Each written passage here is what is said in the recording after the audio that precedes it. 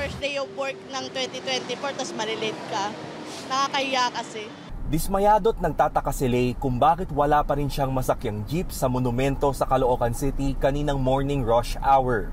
Mula Malabon City, dito ang ikalawang sakay niya ng jeep papuntang Blumentritt sa Maynila bago makarating sa pinagtatrabahuan sa Banawe sa Quezon City.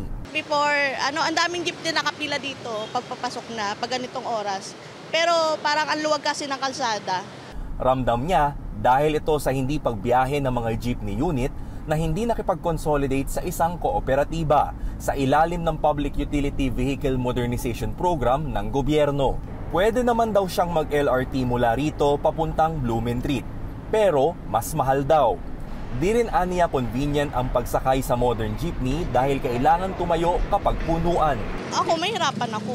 Kasi kailangan ko pang kung before mga 6:30 ako umalis ng bahay, kailangan mga 6 umalis na ako para hindi ako malate sa work. Si Fidel naman na papasok sa trabaho sa Eaton Centris sa Quezon City, mas nahirapan ding makakuha ng jeep sa Philcoa kanina kung ikukumpara sa dati. Kahit may sariling sasakyan, ang pagko-commute sa kayang jeep ang inaasahan niya mula San Mateo sa Rizal dahil mas nakatitipid raw siya. At sa mga gantong pagkakataon daw, baka mapilitan na lang din siyang mag-taxi kung saan lalo pa siyang napagastos. Medyo konti yung jeep compared nung mga nakaraan. O pulis sana, mas marami pang mass transport.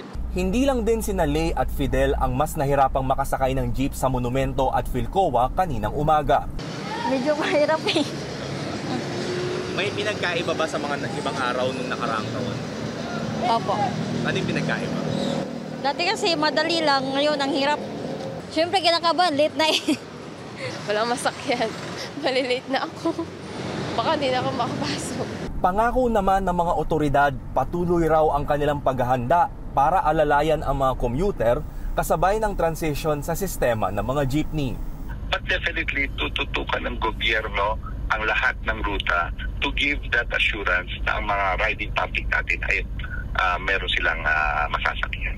Naunang nangako ang mga transport regulator na magbibigay ng mga special permit sa mga kooperatiba sa mga rutang mas kakaunti ang nag-consolidate.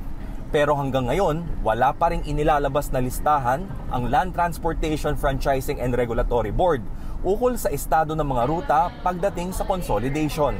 Dahil dito, patuloy pa rin sa pamamasada ang mga driver na miyembro ng mga kooperatiba at kahit yung mga hindi sumama. Rex Remitio, CNN Philippines.